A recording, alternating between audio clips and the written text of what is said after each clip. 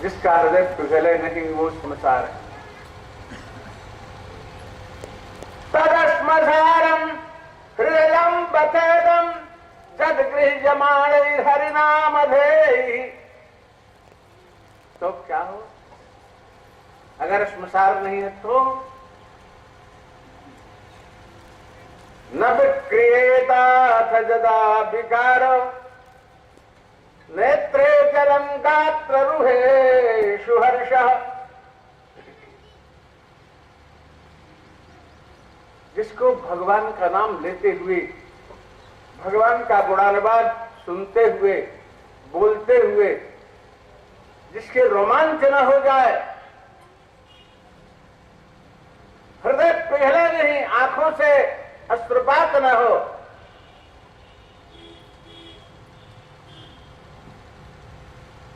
उसका हृदय पत्थर का है। पत्थर भी मुलायम होता है, श्मशान है, वज्र है। वज्र की संज्ञा आया है कहीं चर्चा में, वो हीरा को वज्र मानते हैं, हीरा को, जिससे जब किसी से कुछ नहीं कटता है, कोई ऐसी वस्तु हो जो नहीं कटती है उसको हीरा से काटते। शीशा को काटने के लिए हीरा की कड़ी लगी होती है, उसमें लगी, उससे काटते। लोहा को तो लोहा से काट देते हैं, लेकिन जो किसी चीज से नहीं कटता वो हीरा से कट जाता है, उसको वज्र कहते हैं।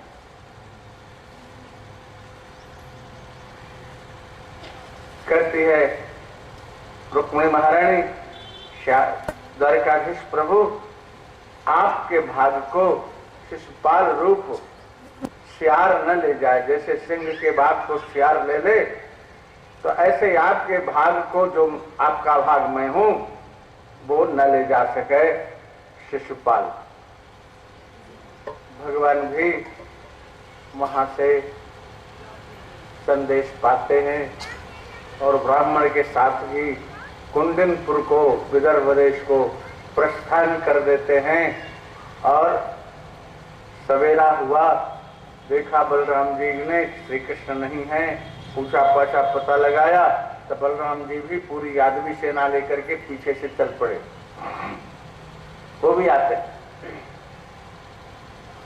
श्री कृष्ण पहुंचते हैं, समाचार ब्राह्मण देवता रुक्मिणी को पहुंचवा देते हैं कि आ गए हैं, चिंता मत करो। रुक्मिणी महारानी भगवती का पूजन करने के लिए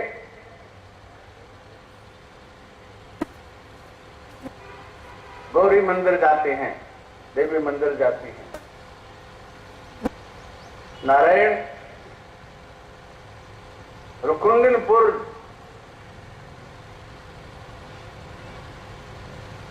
अमरावती के पास में ताप्ती नदी के तट पर, अब तो गांव है, पहले नगर रहा होगा, और वहां भगवती का बड़ा सुंदर विग्रह। पहले मंदिर बना रहा होगा राजा के जमाने में, विदर्भ महाराज के, फिर टूट टाट गया होगा, फिर बना रहा होगा। तो हम तो एक प्रकार से खंडहर में देखे, और छोटा सा मंदिर वैसे था। योजना चल रही थी, मंदिर समिति बन गई थी मंदिर का जीर्णोद्धार करने के लिए, और अपना चंदा वंदा चल रहा था। तो मैंने भगवती का दर्शन किया है। वहीं पर पहुंचती हैं, पूजा करती हैं, और द्वारकाधीश प्रभु समय से पहुंच जाते हैं और अपहरण कर देते हैं। पहले किसी ने नहीं देखा, और देख करके किसी ने नहीं देखा। सब सैनिक चारों तरफ मंदिर के लगे रहे, और जब ये सूचना मिली श्री कृष्ण आ गए हैं, तो और भी कटिबद्धता बढ़ गई, सेना बढ़ा दी गई। नारायण, लेकिन सब देख रहे हैं कि आ रहा रथ, रुक्मिणी रथ पर चढ़ती है और कृष्ण लेकर के चले जाते हैं। देखो कितनी सुंदर चाल है, कितने सुंदर घोड़े हैं, कैसे रथ हाँक रहे हैं, कैसे मोर मुकुट लगाए हुए हैं। श्री कृष्ण की सुंदरता को देखते ही देखते नारायण सब इतने भी याद आया, अरे हम लोग खड़े काहे को हैं, काहे खड़े हैं, वो तो ले गो ले गो ले गो ले गो। हल्ला मच गया, सब सैनिक दौड़े भागे, पीछा करो, द्वारिकाधीश आए, ले गए रुक्मिणी को। रुक्मिणी को समाचार मिला, एक सैनिक जाग कहता, महाराज जो तो श्री कृष्ण आए और हरण कर लिए रुक्मिणी का, चले गए, ले गए। और रुक्मिणी तो जल भुन गया। शिशुपाल भी कहा चलो मारेंगे। शिशुपाल से उसने कहा तुम मत परेशान हो, तुम दूल्हा राजा हो। घोड़े का नाना दूल्हा राजा पहले से बन के बैठे हैं। बता, दुल्हन चली गई, दूल्हा राजा बने बैठे हैं, है? नारायण उसने पीछा किया रुक्मिणी ने, और इधर से जरासंध शिशुपाल भी अपनी सेना लेकर के दौड़ पड़े। बहुत दूर जाकर के रुक्मिणी और श्री कृष्ण का युद्ध होता है। उधर से बलराम भी, अक्रूर भी अपनी सारी सेना के साथ आ गए। जरासंध और शिशुपाल की सेना को मार कूट के भगा दिए। रुक्मिणी को श्री कृष्ण ने पकड़ लिया और खूब कूट काट करके रथ के पीछे भाग में बैठा दिया और लेकर चले आ रहे थे। तब तक बलराम जी सामने आ जाते हैं, रुक्मिणी की दशा को देखते हैं तो डांटते हैं श्री कृष्ण को। अरे अपने संबंधी के साथ ऐसा तो हर किया जाता है, बताओ, उसको बांध के डाल दिया है रथ के पीछे भाग में। अरे अब तो साला है, साला तुम्हारा साला है, बताओ, ऐसा अपराध नहीं करना चाहिए। रुक्मिणी को भी सांत्वना देते हैं, रुक्मिणी को भी इससे सांत्वना मिलती है।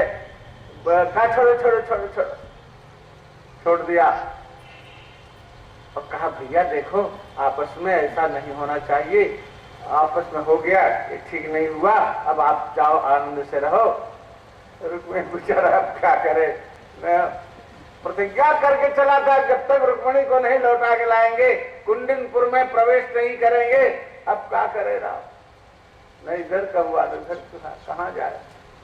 तो वहीं पर भोजकट नाम का राज्य छोटा मोटा बना करके वहीं पर रहने लगा।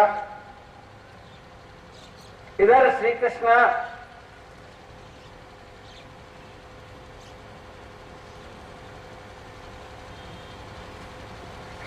आते हैं, गर्ग संहिता के अनुसार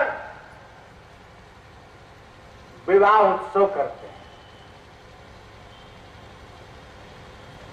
और वही रुक्मिणी कन्यादान करता है।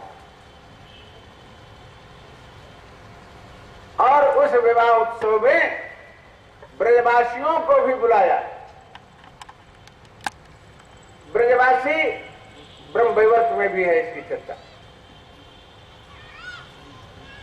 ब्रजवासी जहां ठहरे थे, मैया जसोदा भी थी, बाबा नंद थे, सभी ग्वाल बाल थे, ब्रजांगनाएं भी थी, सबको बुलाया विवाह में।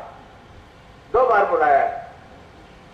एक तो अश्वमेध यज्ञ जब किया था तब बुलाया था, विश्वयुद्ध किया था तब बुलाया था, और अपने विवाह में रुक्मिणी के विवाह में बुलाया था। वैसे विवाह इनके रोम रोम के विवाह हैं, और विवाह में नहीं बुलाया था, इस विवाह में बुलाया था। नारायण तो जहां पर ब्रजवासियों को ठहराया था उसे आज मूल द्वारिका के नाम से जाना जाता है। जहां पर ब्रजांगनाओं को ठहराया था उसे आज गोपी तालाब के नाम से जाना जाता है। वहां जब बेट द्वारिका को जाते हैं तो रास्ते में गोपी तालाब स्थान मिलता है, वहां बलभाषा जी की बैठक है और बहुत बड़ा गड्ढा है, करीब करीब तो मैंने देखा था कम से कम 50-60 फीट गहरा हो। कच्चा है वो, और वहां से लोग मिट्टी ले आते हैं और उस मिट्टी को गोपी चंदन करके माथे में लगाते हैं। मैं भी घुस करके गया था नीचे और इतना बड़ा डेला ले आया था।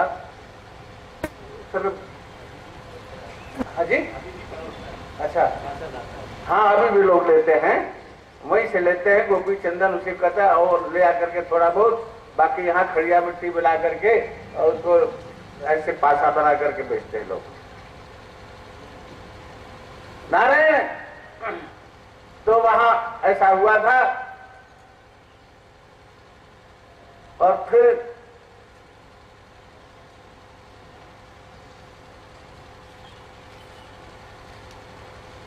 अब धीरे धीरे विवाह हो गया तो और भी काम होना चाहिए। बलराम जी का विवाह पहले ही रेवती से हो चुका था। फिर प्रद्युम्न का जन्म होता है। प्रद्युम्न को शंबरासुर हरण कर लेता। राक्षसों की परंपरा में श्री कृष्ण को कोई नहीं स्वीकार करता है। और युद्ध हुआ, शंबरासुर का एक लड़का मारा गया, तो प्रद्युम्न का उसने हरण कर लिया और कहा प्रद्युम्न को मार डालेंगे। प्रद्युम्न को मार रहा था, तब तक नारद जी मिल गए। नारद जी ने कहा, अरे राजन, एक बालक के लिए तुम इतना परेशान, अरे फेंक दो, गिर जाएगा, मर जाएगा अपने आप, तुम अपने हाथ से क्यों हत्या करते। समझ में आ गई बात। उसने ऊपर विमान से ही फेंक दिया। समुद्र में आकर के प्रद्युम्न गिरे। प्रद्युम्न को मछली ने निगल लिया और नारायण संजोग से वो मछली को मछुआरों ने पकड़ा और वो शंबरासुर के ही घर में मछली आई और रसोईया को दिया गया बनाने के लिए। रसोईया ने जब पेट काटा तो उसमें से सुंदर बालक निकला। उसकी पत्नी ने रख लिया अपने पास, उसके कोई पुत्र नहीं था। उसने सब प्रकार से सेवा की और उस बालक को बड़ा किया। वही बालक प्रद्युम्न होकर के और फिर शंबरासुर को मारता है पूरी सेना के साथ। अब फिर आ जाते हैं द्वारिकाधीश प्रभु की कृपा से नारायण। अब यहीं पर एक कांड और होता है। सत्राजित ये द्वारिकावासी था, भगवान सूर्य का उपासक था। भगवान सूर्य ने प्रसाद स्वरूप उसको स्मंतक मणि दी थी। स्मंतक मणि अब कहां है ये तो मैं नहीं कह सकता हूं, लेकिन कोहनूर हीरा राजा रणजीत सिंह के पास में था। उसको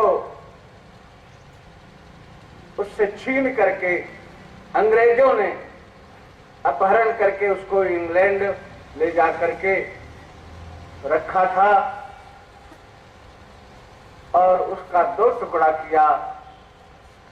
बड़ा टुकड़ा वहां के राजा के मुकुट में लगाया, छोटा टुकड़ा रानी के ताज में लगाया।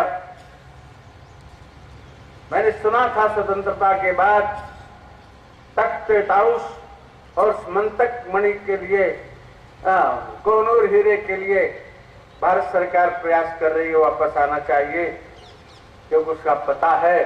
लेकिन करीब 64 वर्ष हो गए, अभी तक तो पता नहीं चला, न कोहनूर हीरा वापस आया और न तख्त ताउस आया। ये तख्त ताउस वही है, उसी परंपरा का है। बाद में पृथ्वीराज महाराज जिस पर थे, मोहम्मद गोरी जो पृथ्वीराज को मारा, चला रहा है वो तमाशा आज तक भी। अंग्रेजों ने उसको अपहरण करके विदेश ले गए, लेकिन अभी वो वापस नहीं हुआ। आज तो स्मंतक मणि सत्राजित पहन करके एक दिन द्वारकाधीश की सभा में आया। दूर से ही इतना प्रकाशित वो कर रहे थे मणि, सबने कहा साक्षात सूर्य नारायण आ रहे हैं, सूर्य नारायण आ रहे हैं। भगवान ने कहा तुम लोग शांत रहो, सत्यजित आ रहा है। सूर्य भगवान से प्राप्त मणि को लिए हुए हैं। सत्यजित आया, बैठा दरबार में जो परंपरा थी उसके अनुसार। और फिर बाद में श्री कृष्ण देखा कि मणि तो कोई जो कोई इसे छीन लेगा, तो श्री कृष्ण ने प्रस्ताव किया कि सत्यजित इस मणि को तुम उग्रसेन महाराज को समर्पित कर दो, नहीं तो ये गायब हो जाएगी, परेशान तुम भी होगे। नारायण उसने कहा मैं तो नहीं दूंगा, और राजसभा से उठ करके चला आया। कुछ दिन बाद उसका भाई छोटा प्रसेन भाई से मणि मांगा और उसको पहन करके घोड़े पर चढ़ करके शिकार खेलने के लिए बन गया। वन में प्रसेन को सिंह ने घोड़ा सहित मार डाला, मणि को सिंह ने ले लिया। और कुछ दूर चला तो ऋक्षराज जामवंत मिल गए उसको, सिंह से मार करके सिंह को वो मणि छीन ली, ले आए अपनी पुत्री जाम्बवती को दे दिया खेलने के लिए। देख लो गांव के मणि कितना कीमती वस्तु हो तो लड़का को खेले को देते देते। मंतक मणि जिसके लिए श्री कृष्ण भी एक प्रकार से लालायित थे, उस मणि को जामवंत जी ने अपनी बेटी को खेलने के लिए ले दिया, ले इधर उधर पटक खेल। नारायण धीरे धीरे कानों कान फुसफुसाहट हुई। सत्यजित ने कह दिया कि लगता है हमारे भाई को मरवा करके श्री कृष्ण ने मणि छीन ली। ये देख लो भैया, संपत्ति का ये स्वरूप है। झूठे भगवान को भी झूठा कलंक लगाया, और एक कौन कहे श्री कृष्ण ने मणि छीन ली, हमारे भाई को मरवा डाला। नारायण धीरे धीरे द्वारिकापुरी भर में बात फैल गई, श्री राज दरबार में भी पहुंची, श्री कृष्ण के कान पड़ी। श्री कृष्ण ने कहा इसका परमार्जन तो करना ही चाहिए। कुछ लोगों को लेकर के श्री कृष्ण प्रसेन को ढूंढने के लिए निकले। जाते हैं वन में तो देखते हैं प्रसेन मरा पड़ा है, घोड़ा मरा पड़ा है, परंतु हम खोजा मणि तो मिली नहीं। फिर सिंह के पैर के छाप थे, उस पैर के छाप को देखते हुए श्री कृष्ण आगे बढ़ते हैं। सभी लोग तो आगे देखते हैं सिंह भी मरा पड़ा है, वहां भी कुछ नहीं मिला। तो देखा रीछ के पैरों के निशान हैं। उस पैर के निशान को देख करके श्री कृष्ण आगे बढ़े। आगे वो पैर के निशान गुफा में जा रहे थे। श्री कृष्ण ने सबसे कहा तुम लोग यहीं रहो, अब पता नहीं कितनी लंबी गुफा है, वहां क्या परिस्थिति पड़े, तुम लोग यहीं रहो, हमारी प्रतीक्षा करो, हम जा करके आ रहे हैं। श्री कृष्ण जाते हैं, देखा तो जाम्बूती उसको लेकर के उछाल रही थी, खेल रही थी। एकांत था, सोचे कि कोई देख तो रहा नहीं है, लड़की खेल रही, इससे छीन लो, लेके चलो वापस चलो। जैसे छीनना चाहा वैसे वो चिल्ला पड़ी, जामवंत वहां से निकल पड़े, आकर के गुत्थम गुत्था हो गया दोनों से। 27 दिन दोनों का मल्ल युद्ध चला, 27 दिन। तब हाथ जोड़ करके जामुन जी खड़े हो गए, कहा आप हमारे इष्ट प्रभु राम ही तो हैं। लंका से युद्ध समाप्त होते सब लोग तुमको विदा करते। राम जी ने पूछा जिसकी जो इच्छा हो मांग लो भाई। सबने मांगा अपने मन के अनुसार। जामवंत से पूछा, आप बड़े वृद्ध हैं, आप भी कुछ मांग लो। कहा, महाराज क्या मांगे? कोई मिला नहीं युद्ध करने के लिए मुझको। भगवान ने कहा, इतना बड़ा राम रावण युद्ध हुआ, असंख्य राक्षस मारे गए, तुमको कोई लड़ने वाला मिला नहीं?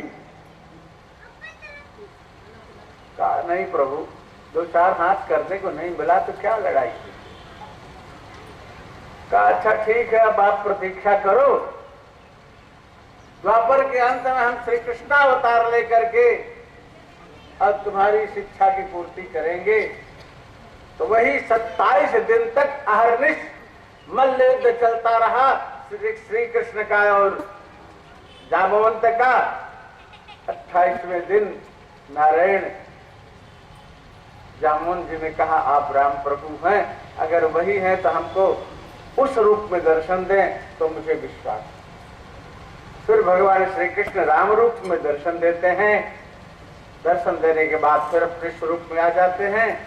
फिर जामवंत जी ने कहा, महाराज अब हमारा काम पूरा हो गया, अब ये हमारी कन्या को भी ले जाओ और ये मणि दहेज में ले जाओ।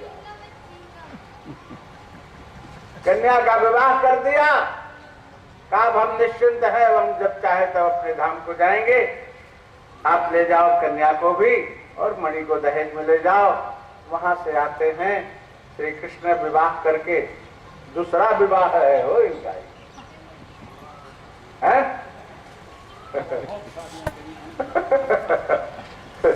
नारायण इस प्रकार से दूसरा विवाह करके आते हैं। नगर में बड़ी चर्चा होती है, समाज में इकट्ठा किया, दरबार में बुलाया सबको और सत्राजित को भी बुलाया। सत्राजित को मणि समर्पित की और सारी घटना का वर्णन किया सब लोगों के सामने। सत्राजित कहा, नहीं नहीं, अब मणि यहीं रहने दीजिए। भगवान ने कहा, नहीं, मणि को अपने पास रखो और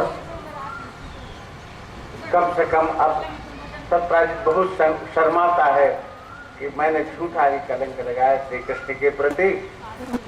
फिर धीरे धीरे उसने विचार किया कि मणि अब हम क्या करेंगे रख करके द्वारकाधीश प्रभु कृष्ण को अब ये मणि भी वापस कर दें और सत्यभामा का विवाह भी करें। तो सत्यभामा सत्राजित की पुत्री थी, बहुत सुंदरी थी, उसका विवाह भी श्री कृष्ण के साथ कर दिया और मणि भी समर्पित कर दिया। भगवान ने कहा, नहीं, मणि तो तुम अपने पास रखो, इससे प्राप्त होने वाला जो 10 भार सोना है वो सोना रोज के रोज हमें पहुंचा दिया करो। मणि तो तुम अपने पास रखो, पूजा पाठ इसका करो। नारायण सत्राजित के पास मणि रही। इधर भगवान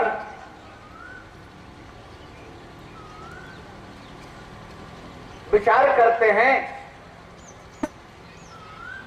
हस्तिनापुर जाने के लिए, परंतु उसी बीच सत्राजित को मार करके शतधन्वा मणि ले लेता है।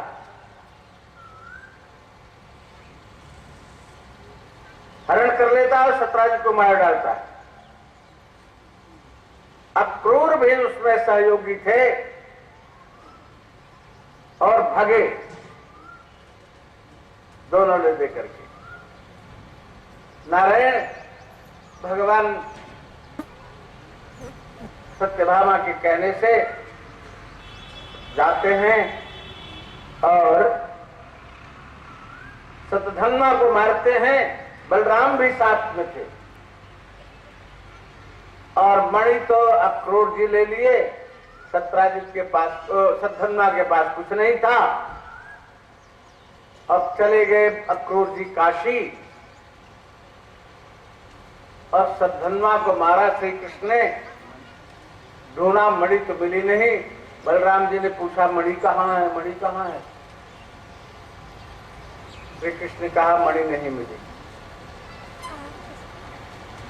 अब बलराम जी को भी शंका हो गई, देख लो संपत्ति का परिणाम। बलराम जी भी श्री कृष्ण के प्रति शंका करते हैं कि लगता है कन्हैया ने मणि ले ली और मुझसे छिपा रहा। अब वहीं पर बलराम जी नाराज होकर के कहते हैं कि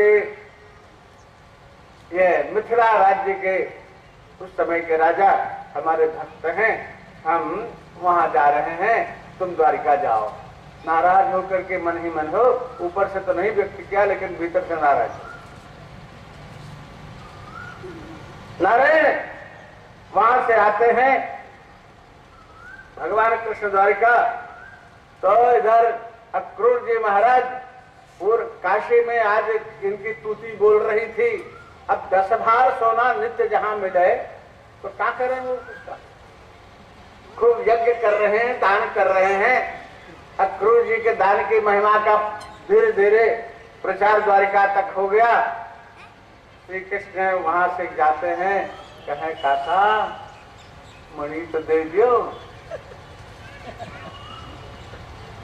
अब डर गए, कहा सत्यजित तो मारा गया, सद्धर्मा किसी इन्होंने मार दिया, और नहीं देंगे तो फिर मारे जाएंगे। मणि ले आकर के सामने कर दिया। मणि को नारायण भगवान ने कृष्ण अक्रूर जी के ही पास रखा कि अक्रूर जी आप इसको अपने पास रखो और आप इसकी नित्य पूजा करो, और इससे प्राप्त होने वाला धन जो है वो नित्य पहुंचा दिया करो। एक दिन जमुना किनारे भ्रमण कर रहे थे अर्जुन और श्री कृष्ण, वहां एक भगवती तप कर रही थी। अर्जुन ने पूछा ये कौन है महाराज, कहा जाओ तो पता लगाओ कौन है। वहां गए, अर्जुन पता लगाते हैं तो कालिंदी जी हैं, तप कर रही हैं। क्यों कर रही हो, कहा श्री कृष्ण को पति प्राप्त रूप करने के लिए। तो कहा श्री कृष्ण तो यहीं टहल रहे हैं, काहे न पति बना ले। पति बन गए श्री कृष्ण वही हो। कालिंदी के साथ विवाह हुआ। मित्रविंदा भद्रा लक्ष्मणा आज के साथ विवाह हुआ। नारायण इस प्रकार से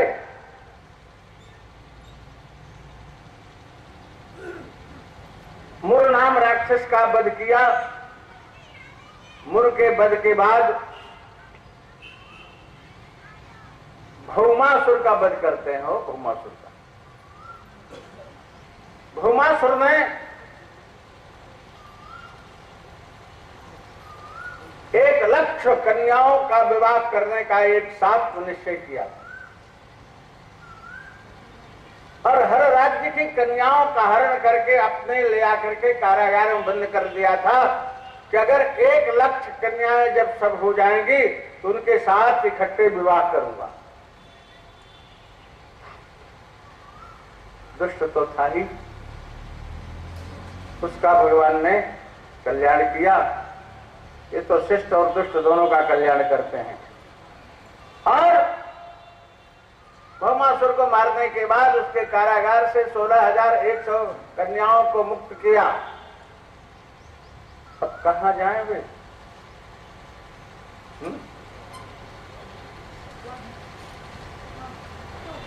सबने कहा प्रभु अब कहां जाएं हम,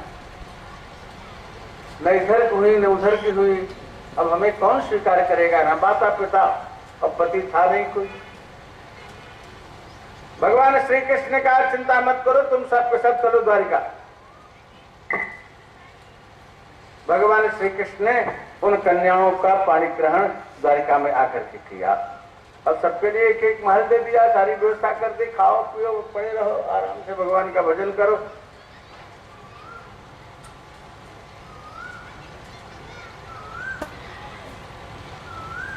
नारायण पारिजात का हरण कर लाए थे ये इंद्र से। जब भौमासुर को मारा तो भौमासुर ने इंद्र की माता का कुंडल छीन लाया था अपमानित करके। तो भौमासुर की मां ने उस कुंडल को ले आकर के समर्पित किया श्री कृष्ण को। श्री कृष्ण कुंडल ले करके आते हैं स्वर्ग और सची माता को देते हैं। सची माता बहुत प्रसन्न होती हैं। सत्यभामा साथ में थी। उन्होंने पारिजात पुष्प को कहा ये पेड़ ले चलो। उसके लिए देखो इंद्र से युद्ध हुआ।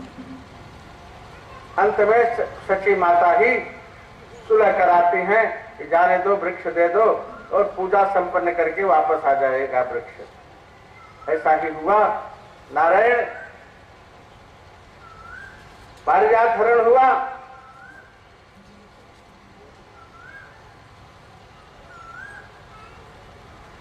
प्रद्युम्न का विवाह हुआ भैया।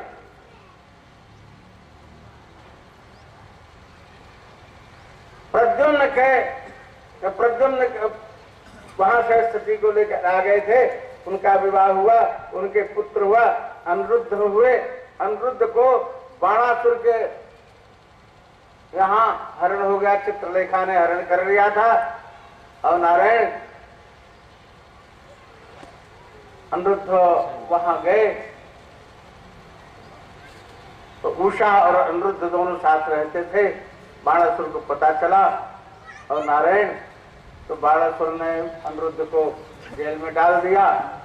श्री कृष्ण घूमते घामते आए। नारायण नारायण नारद जी श्री कृष्ण के पास कहा महाराज कुछ पता है? नाती पोता बेटा कहाँ रहते हैं कहाँ नहीं? इतना बड़ा परिवार है तो कैसे संबंध बना रहेगा? क्या बात है नारद जी? कहा पता है आपके पौत्र अनिरुद्ध कहाँ है? तो पता चला कि नहीं, बहुत दिन से देखा नहीं। तो कहा हाँ भाई वहां बाणासुर के यहाँ कारागार में बंद हैं। भगवान श्री कृष्ण सेना लेकर के जाते हैं। वहां बाणासुर से युद्ध होता है और उसके सहयोग के लिए भगवान शंकर भी आते हैं। माहेश्वरजर और श्री कृष्ण के द्वारा बहुत तुमुल युद्ध होता है। अंत में कृपा करके भगवान शंकर ही सुलह करवाते हैं। बाणासुर से कहते हैं अब विवाह कर दे। विवाह हो गया। वहां से आते हैं राजा अंधृग। एक दिन सभी लोग खेल रहे थे बच्चे और राजा अंधृग शिकार खेलने के गए थे और श्री कृष्ण को नारायण नारायण जंगल में एक कुआं देखा पानी के लिए। तो वो बालक जो हैं देखते हैं तो उसमें एक बड़ा भारी गिरगिट पड़ा हुआ। श्री कृष्ण को बताया। श्री कृष्ण उस गिरगिट को निकालते हैं और स्पर्श करते हैं। वो तो बड़ा दिव्य रूपधारी भगवत धाम को गया। ये राजा अंधृग कौन है? ये बहुत बड़े राजा थे और नारायण ये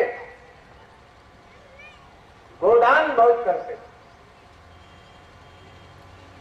भूल से एक गैया जो दान की गई हुई थी वो बिना दान की हुई गायों में आ गई और वह भी भूल से दूसरे ब्राह्मण को दान देगी। नारायण अब पहला ब्राह्मण कहता है ये मेरी गैया है, उसको दान मिली है। दूसरा ब्राह्मण कहता नहीं नहीं इसको अभी राजा ने मुझको दिया है। अब दोनों में कलह हो रहा है। बात दोनों सही है, दोनों को गैया मिली। दोनों राजा के पास आए। राजा ने से पूछा कहा महाराज आपने गैया हमको ये दान में दी थी?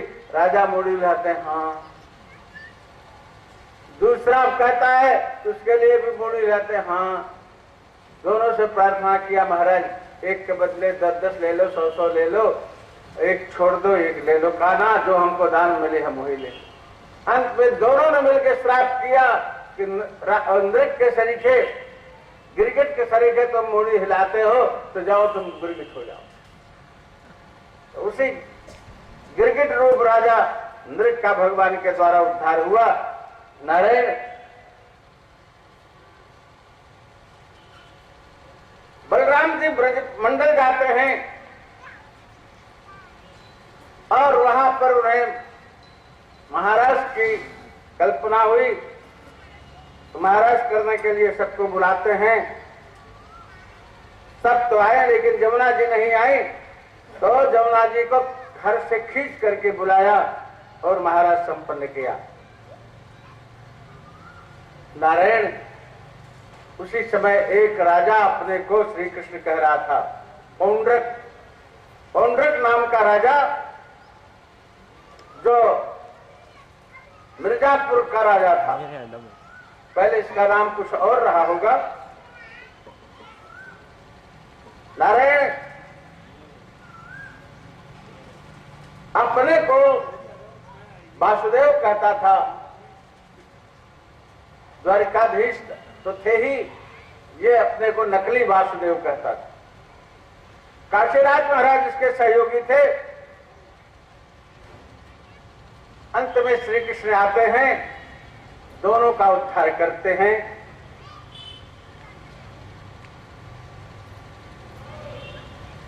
वाराणसी का दहन भी करते हैं। फिर रैवत और दिमिल का वध करते हैं। सांब का विवाह होता है। हो सांब बहुत सुंदर था, ये इनका बेटा था जाम्बोती का। ये पता नहीं कैसे हस्तिनापुर चला गया, दुर्योधन की पुत्री थी, उससे इसका संबंध हो गया और ये विवाह करना चाहा। विवाह माने दुर्योधन की पुत्री भी करनी चाहिए। अंत में कौरवों को पता चला तो नारायण सांब को उठा करके बंद कर दिया। ये समाचार द्वारिका मिला तो श्री कृष्ण आना चाहते थे। बलराम जी ने कहा कोई जरूरत नहीं है, हम जा रहे हैं, दुर्योधन हमारा शिष्य है, हम समझा बुझा के ठीक करेंगे। आते हैं, पहले तो सबने बड़ा स्वागत सत्कार किया बलराम जी का, और जब बलराम जी ने सांब के विवाह का प्रस्ताव रखा तो कहा अच्छा, अब ग्वारियाओं को राजाओं की पुत्री से विवाह करने का मन चला है। ए भैया, वही भीष्म, वही दुर्योधन, वही सब लड़ने को तैयार हुए। खूब बढ़िया लड़ाई हुई। लड़ाई होने को ही बलराम जी ने हस्तिनापुर को खींच करके गंगा जी में डुबा देना चाहिए। हल लगाया, भीष्म ने समझाया, अरे पगलाओ मत तुम लोग, सांब को विवाह कर दो, नहीं तो सारा हस्तिनापुर समाप्त हो जाएगा। सब फिर भयभीत होते हैं। सांब का विवाह करके ले आके बलराम के चरणों में समर्पित करते हैं। अस्तु, नारद जी को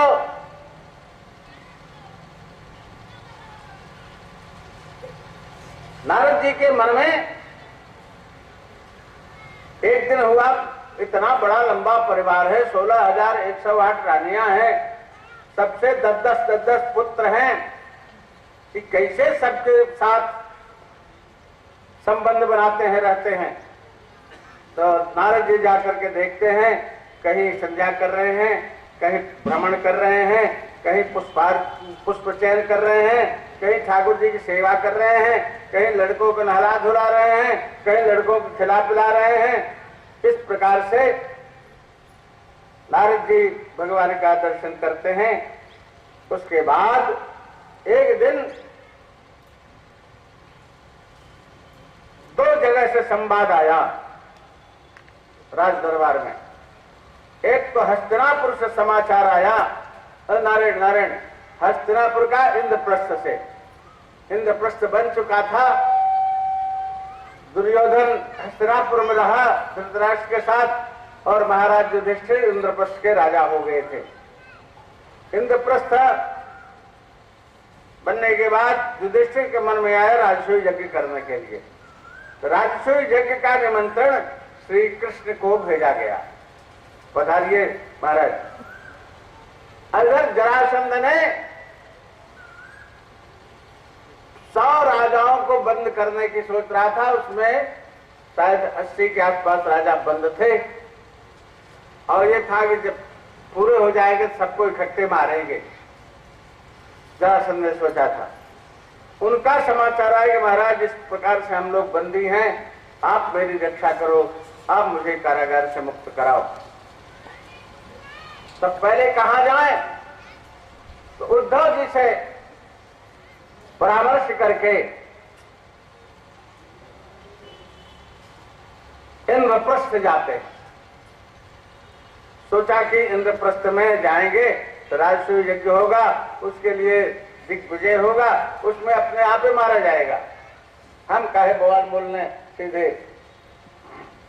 नारायण इंद्रप्रस्थ जाते हैं, राजसूय यज्ञ की सारी योजना बन जाती है, दिग्विजय की योजना बनती है। तो सब तरफ सभी भाइयों ने ले लिया और श्री कृष्ण ने कहा पूर्व तरफ कहे जिसको आज्ञा हो। ये हुआ कि अब पूरब में जरासंध है, उसका निग्रह हो जाता है तो सब ठीक हो जाएंगे। तो उसका निग्रह कहा श्री कृष्ण ने कि हम भी नहीं कर सकते, अर्जुन भी नहीं कर सकता, भीम दादा कर सकते हैं, तो हम तीनों जाते हैं, जुक्ति से उसका निग्रह करेंगे। जाते हैं। जरासंध बड़ा दानी भी था हो, भगवान शंकर का भक्त भी था। तो प्रातःकाल भगवान का रुद्राभिषेक करता था, ब्राह्मणों को यथेष्ट दान देता था, मंदिर से निकलता था तो जितने लोग वहां उपस्थित होते थे सबकी फरियाद सुनता था, सबको देता था और मन की इच्छा सबकी पूरी करता था। उसके बाद महल में आकर के फिर जलपान करता था। उसी समय ये तीनों पहुंच जाते हैं ब्राह्मण वेश में, सबका सत्कार करता हुआ, सबको दान देता हुआ आया। इनसे पूछा स्नातकों क्या चाहिए? हमें युद्ध चाहिए। तुम्हें युद्ध चाहिए? तुम कौन हो? देखने में स्नातक लगते हो, ब्राह्मण लगते हो, विद्वान लगते हो, और तुम युद्ध मांग रहे हो? श्री कृष्ण ने सबको प्रकट कर दिया, कहा तुम तो हमें जानते ही हो, हम श्री कृष्ण है, 17 बार तुमको पटकनी दिए। अरे दादा भीम है पांडुपुत्र, और ये अर्जुन है सर्वश्रेष्ठ धनुर्धर, जिससे चाहो उससे तुम द्वंद्व युद्ध कर लो। कहा ठीक है, प्रातः काल आपने मांगा है, हम देंगे तो सही, लेकिन तू तो भगोड़ा है, मुझसे मेरे सामने युद्ध से तू भाग गया, तुझसे क्या लड़े भगोड़े से? अर्जुन को देखा, कहा अर्जुन अभी बच्चा है, इससे क्या लड़े? भीम के तरफ देखा, कहा ये इसमें कुछ दम है। भगवान ने कहा ठीक है लड़ ले। निश्चय हो गया। नगर के चौराहे पर अखाड़ा खुद गया, वहां युद्ध होता दोनों का। पहले गदा युद्ध होता और फिर मल्ल युद्ध होता। विशेषता ये थी छल कपट नहीं था। पहले छल कपट नहीं होता था। छल कपट तो महाभारत के युद्ध से चला है। जरासंध के महल में ये तीनों रहते, भोजन भजन सब साथ साथ होता और साथ साथ फिर निकलते और चौराहे पर जाते, वहां दोनों फिर मल्ल युद्ध करते। खान पान का सारा प्रबंध जरासंध की तरफ से रहता। ये नहीं था कि उठा के बिछ देते ना, वीर वीर होता।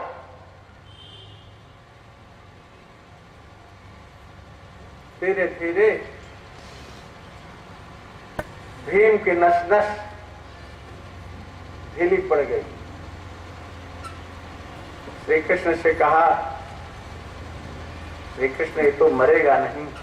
कहा तुम चिंता मत करो, जरासंध के जन्म की कथा सुनाया, कहा कल ऐसी पटकनी दो, अब पैर पकड़ के चीर डालो। दूसरे दिन शुरू से ही भीम देखने लग गए। अंत में श्री कृष्ण ने इशारा किया, तृण उठाया, ऐसे चीरा, समझ लिया इन्होंने, उसको पटक के उसका पैर चीर करके फेंक दिया है। तो फिर जुड़ जाता। जुदासंध था वो। जुदासंध से जरासंध, जरा राक्षसी ने उसको जो जुदा था उसको जरा ने जोड़ दिया तो जरासंध नाम पड़ गया इसका। दोनों टुकड़े अलग अलग पैदा हुए थे, उसने तो जुदा संध है। और जब माने संधि अलग अलग हो गई है, जब जरा ने जोड़ दिया तो जरासंध हो गए। वही समझाया तो फाड़ के फेंक देते थे भीम, तो फिर दोनों टुकड़े जुड़ जाते थे। भगवान ने इशारा किया यूं करो, तो दाहिने हाथ का टुकड़ा बाएं तरफ फेंका और बाएं हाथ का टुकड़ा दाहिने तरफ फेंका, फिर दोनों जुड़े नहीं। जरासंध मर गया, उसके पुत्र सहदेव को राज्य दिया और विभीषण के नारायण युधिष्ठिर के राजसूय यज्ञ का निमंत्रण दिया। नारायण